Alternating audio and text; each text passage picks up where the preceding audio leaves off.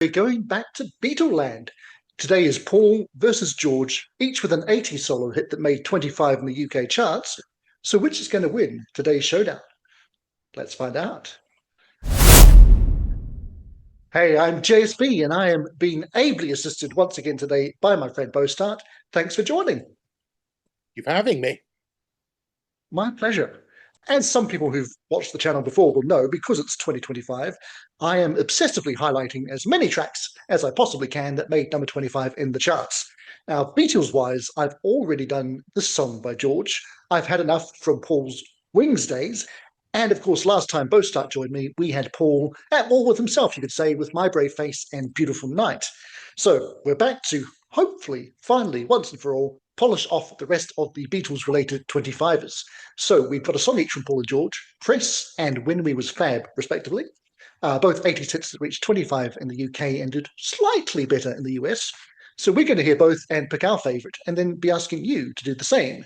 But there's also a wild card in the form of an actual Beatles track that hit number 25 in the US. We'll get to that later. As for these two solo offerings, I suspect, Bostart, that you have got a favourite as we go into it. I do indeed. I don't, solely because I haven't heard one of these songs before. Although, to be fair, I suspect that the end result is going to be the same. That's just my inkling before we do it. But on that note, let's actually do it. And we're going to start with Solo Paul and Press from 1986's Press to Play album. So this is the one that I'm pretty sure I've not heard before, but we're going to hear it now. And it sounds something like this.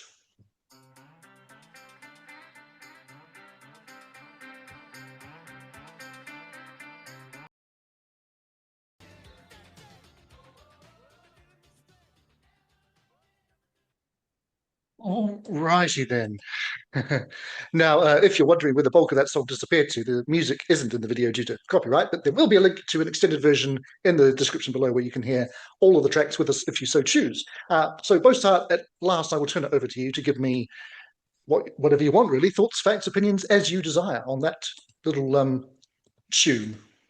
It passes the time. That's kind of all I'm going to say. But it kind of has a nice Paul sort of beginning with the "Darling, I love you very, very, very much" thing. But yeah, that whole Press to Play album is seen pretty much as his absolute nadir.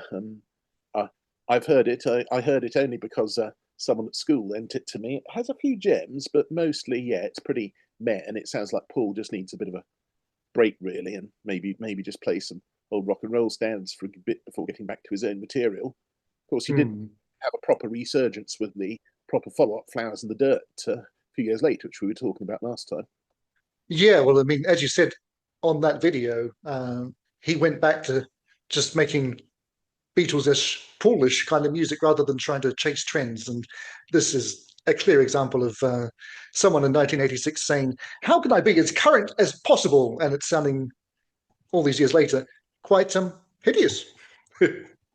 um, so, as I said, the song did do a little bit better in the US in terms of chart position. It hit number 21, but the album really didn't do well at all there. Only scraped the top 30 and didn't go gold, whereas it made top 10 and went gold in the UK. But I sort of read that critical reception to the album as a whole was poor, but this tune kind of got a pass from most of the critics at the time, which sort of surprises me now, having heard it. Is there anything to say in its defense? The first line's good. First line is good. I didn't particularly like the first line. I don't like "darling" as a word generally. Uh, I make the exception for "oh, darling," which is one where it does work. But yeah, I think the consensus is that that was not a strong offering. So in theory, all George has to do is be competent to win. So let's move to George and "When We Was Fab" from, of course, his 1987 Cloud 9 album, which was, in terms of singles, it was the follow-up to his, I suppose you could call it a surprise smash cover of "Got My Mind Set on You." Of course, it was co-written and produced with ELO's Jeff Lynne and is a nostalgic reflection from George on the days of Beatlemania. So I have heard this one before, but not many times and not in a long while. But here it is now.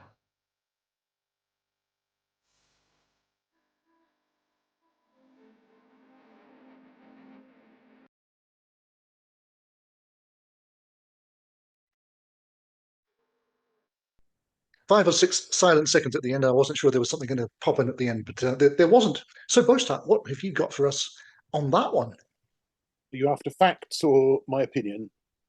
I am after anything you care to offer. Entirely up to you.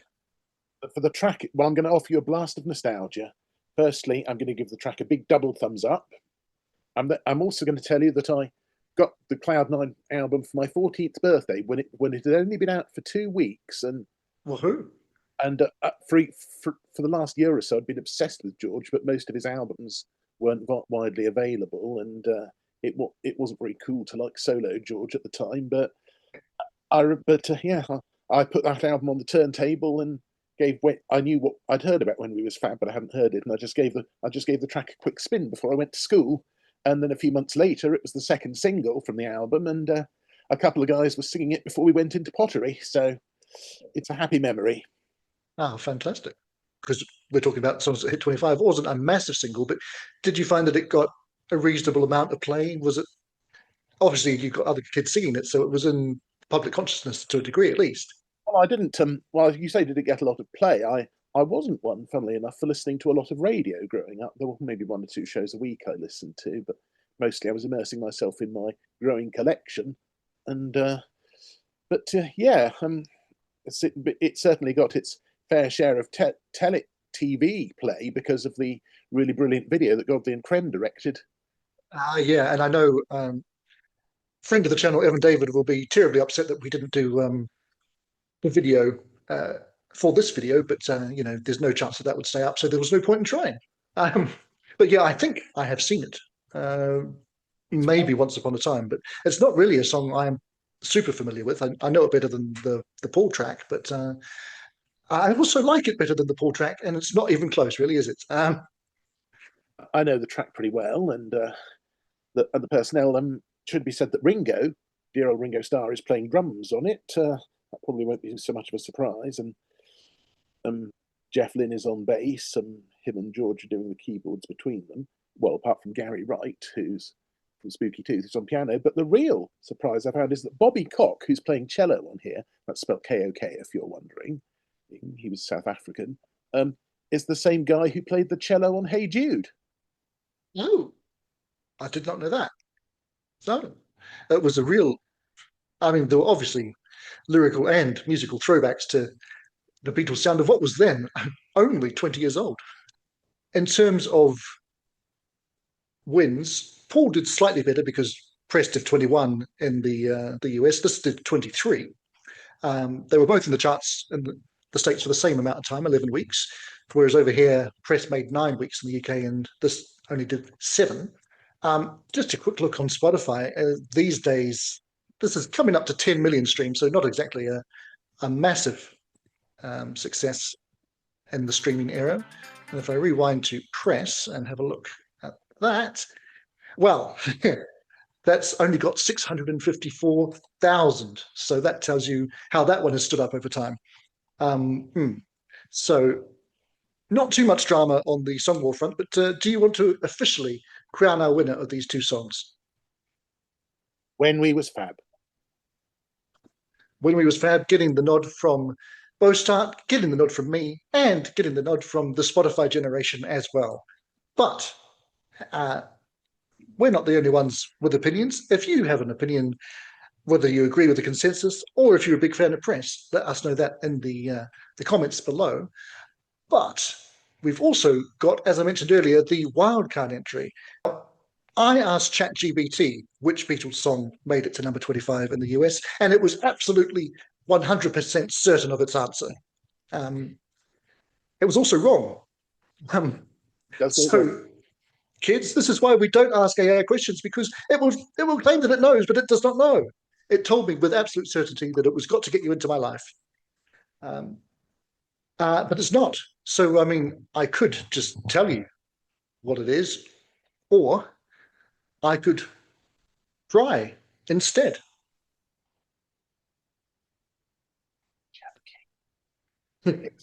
You're onto it. As we know, and apologies to my American friends out there, but this is true. Americans take things too far a lot of the time.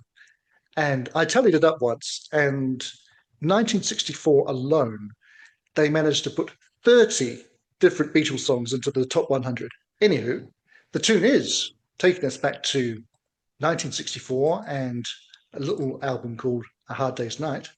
And the song is I'll Cry Instead, and we will hear that now. Yeah. I got every reason on earth to be mad. I'll cry instead. There we go. A little Beatley bonus. I'll cry instead. And the question now, Bostart, is well, are we going to stick with our winner, or are we going to switch? What do you have to say on that? I think I might stick with When We Was Fab, but I will put a word in for I'll Cry Instead, if I may. Absolutely. Well, I'll tell you a fact or two. They wanted it to go in the Hard Day's Night film. Those of you who know your Beatles pretty well will know that for film albums, what they usually did was they put the songs from the film on side one of the album, and then side two would be other songs that people mostly hadn't heard before, unless they'd been B-sides or something. And the only reason this went on side two instead of going into the film and thus on side one was because Richard Lester, the director, didn't like it. But I think it's kind of corny, but it's also it captures that bit of you that that's been hurt and wants to take that hurt out on someone else, which I don't recommend doing. But he's just had his heart broken, and he wants to go and have a good cry. I meant it wasn't fashionable for men to cry in public even then, and no, indeed. I don't want to cry when there's people there, says John. And John, not my favourite Beatle, but a man who taught us it was okay to have feelings as men and to cry, and I will forever respect him for that. Yeah, absolutely. And yeah, I mean, as you said, it wasn't used in the film. Interestingly, though, it did get added in kind of a pre-credit sequence to a later print of the film. I think this was supposedly done in tribute to John, because it came out in 1982, is what I've read, version of the film. And when I saw the film in the cinema in 1994 for its 30th anniversary, which is sadly longer ago now than it was then, if you see what I mean. We're all getting old. Yeah, that sequence was included in the version that I saw. So that said, Hard Day's Night for me is the one Beatles album I knew growing up, because it was the one actual Beatles LP that my mum had. She had a stack of Beatles 45s, and we had the 20 Greatest Hits album, which was kind of the precursor to the one album that everybody had in the 90s. But yeah, this is the only proper Beatles album I knew for a very long time, and is therefore still some days my favorite Beatles album of all. I know it's not the best Beatles album, but it's got that nostalgia for me, I suppose. As for whether I'm going to stick or switch, I'm going to stick with George as well. Give the proper win to When We Was Fab. Yeah, this would trounce all over press, that's for sure. Sorry, Paul. It always seems like I'm slagging Paul off, but I'm really not. I love Paul. So again, let us know. Do the Beatles chime over and take George or indeed Paul out in terms of your winner? Drop that in the comments below. Or do one of the solo Beatles take the official win for you as well? Alrighty.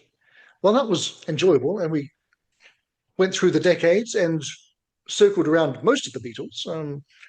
Ringo got in there a couple of times without saying anything, and yeah, it was a three-way battle in some ways. But yeah, good fun. Thank you for joining me again for that, Bostart, and thanks out there to everyone who has been watching. And yeah, there's lots more Beatley stuff floating around somewhere on here, so you can check that out. And we will simply say bye for now, but not for long. It's the end, but the moment has been prepared for.